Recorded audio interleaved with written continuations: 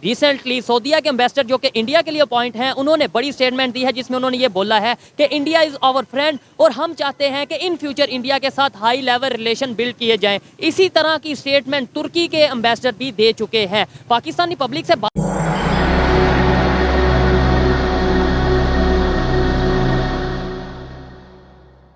नमस्कार दोस्तों, स्वागत है आप सबका एक बार फिर से हमारे YouTube channel react for fun में। किंगडम्स फाउंडेशन डे के इवेंट पे सऊदी के जो एम्बेसडर हैं, उन्होंने कहा कि इंडिया सऊदी का दोस्त है और वो ये दोस्ती को और मजबूत करना चाहते हैं। पिछले दिनों जब टर्की में भूकंप आया था, तभी इंडिया ने पहले अपने साइड से मदद भेजा था। तभी टर्की ने भी ऐसा ही कुछ कहा था। टर्की हो या सऊदी, अफगान हो या ईरान, हर कोई इंडिया के साथ अपना रिलेशन बेटर बनाना चाहता है। ये इंडिया के लिए तो अच्छी बात है, बट पाकिस्तान जो हमेशा ये कहता है कि टर्की और सऊदी उनके बिरादर मुल्क हैं, आज उनके इस तरह के स्टेटमेंट सुन के समझ नहीं पा रहा है कि उनके साथ रिलेशन बेटर कैसे करे। तो पाकिस्तानी पब्लिक इसके ऊपर क्या रिएक्शन दे रही है, आइए वो देखते हैं। उससे पहले प्लीज हमारे चैनल को सब्सक्राइब कर दें, वीडियो को लाइक और शेयर करें और आप अपने ओपिनियन हमारे साथ कमेंट्स में शेयर भी करें। तो वीडियो स्टार्ट करते हैं। हमारे जो रिलेशंस चल रहे हैं ना, ठीक है, उसमें जो हमारे टिपिकल रिलेशंस हैं, जैसे हमारा फाइनेंशियल क्राइसिस चल रहा है, ठीक है, तो इसमें हमें जो कंट्री शुरू से सपोर्ट करते आ रहे हैं, चाइना और सऊदी अरेबिया, हमें उनके साथ ना बना के रखनी चाहिए, ठीक है।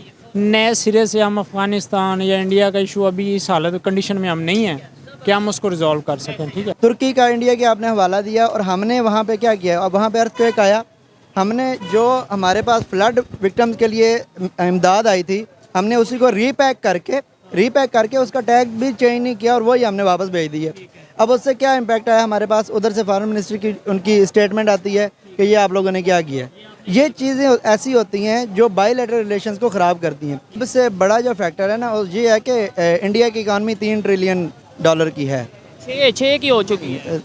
वो 5वीं बड़ी इकानमी है। अगर नॉमिनल जीडीपी पे करें तो वो कहते हैं जी तीसरी बड़ी इकानमी है, ठीक है। और हम कहीं जाके 25वें 26वें नंबर पे भी नहीं आते। अब एक ये बड़ा फैक्टर है उनकी। दूसरी बात है उनकी फॉरेन पॉलिसी आज़ाद है, ठीक है। जब फाइनेंस आपका आज़ाद होता है ना, आपकी फॉरेन पॉलिसी आज़ाद होती है।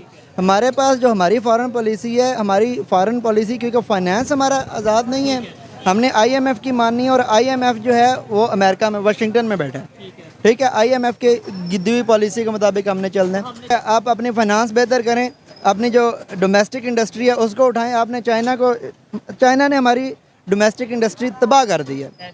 अब वज़ीराबाद या गुजरांवाला जो छुरियाँ चाकू तो सिर्फ वो हमें नज़र आती है ना, गुजरांवाला। और ये जो जीटी रोड वाला सारा जो आप कह लें कि एरिया है, ये इंडस्ट्रियल हब था किसी दौर में, ठीक है। अब वहाँ पे जाके देखें, अब वो प्लांट बंद हुए हैं। हम एक एग्रीकल्चर कंट्री हैं, लेकिन हमारी एग्रीकल्चर की पॉलिसी नहीं है कि आज हमें गंदम भी बाहर से लेनी पड़ रही है, चावल भी बाहर ऐसे ही है। तो जब आप हर चीज़ बाहर से मंगवाएंगे तो फिर डॉलर तो लगेंगे ना जी। आपके 1958 तक 9 वज़ीर आज़म हैं, ठीक है। प्राइम मिनिस्टर 9 वज़ीर आज़म है और अभी आपका मेरे ख्याल में 23वां वज़ीर आज़म है और कोई पता नहीं कितने दिन के लिए। और उनके मेरे ख्याल में टोटल मिला के जितना हमारे जितनी एज है ना, उनकी भी उनके 9 या 10 वज़ीर आज़म बने। हाँ जी, ऑलमोस्ट 9, ठीक है। वो दुनिया की सबसे बड़ी डेमोक्रेसी है। वो जरदारी साहब कहते हैं ना, democracy is the best revenge, वो सही कहते हैं। फॉरेन मिनिस्टर हैं जयशंकर साहब ना, आप सिर्फ उनकी डिप्लोमेसी देख लेना। जब अफ़गानिस्तान में तालिबान ने टेक ओवर किया है तो एक वक्त के लिए लग रहा था कि इंडिया जो है वो अफ़गानिस्तान से निकल गया, ठीक है। हाँ जी, इंडिया अफ़गानिस्तान से निकल गया। उनके जो कुछ प्रोजेक्ट्स है उधर से वो उनको निकाल दिया गया। अब उन्होंने किस तरह टेक ऑन किया उसको दोबारा, वो किस तरह वापस आए हैं, ठीक है। और यहाँ पे जश्न मनाया गया था जब अभी जो है वो काबुल से दिल्ली की दोबारा वो ओपन कर रहे हैं, जो है क्या नाम है, फ्लाइट्स ओपन हो रही हैं। बेहतरी की तरफ तो इस वक्त किसी के पास भी नहीं है, क्योंकि हम जब गैर ममालिक में जाके कह देते हैं कि हम आप समझेंगे कि हम भीख मांगने आए हैं, लेकिन हम भीख मांगने आए नहीं, हमारी मजबूरी है, तो फिर आपके साथ कौन रिलेशन बनाएगा। उन्होंने पॉलिसी बनाई है अपने मुल्क के मुफाद में और हमने जो पॉलिसीज़ बनाई हैं वो अपने ज़ाती मुफादात के तहत बनाई है ना। अब आप देखें कि हमारा फॉरेन मिनिस्टर जो है वो सारी दुनिया का टूर लगा कर आ गया, लेकिन वो अफ़गानिस्तान नहीं गया जिसकी हमें सबसे ज़्यादा ज़रूरत थी। यानी मैं नवाज शरीफ साहब का सख्त नाक़िद हूँ, लेकिन उनके लास्ट टेन्योर में भी जैसे ही जीडीपी आपकी ग्रोथ करने लगी थी तो उनकी भी टांग खींच ली गई थी। इमरान खान 2 साल मुसलसल 5%, 5.5, 5.6 समथिंग लाइक यहाँ पे जाके क्लोज करता है, उसकी भी टांग खींच के उतारे।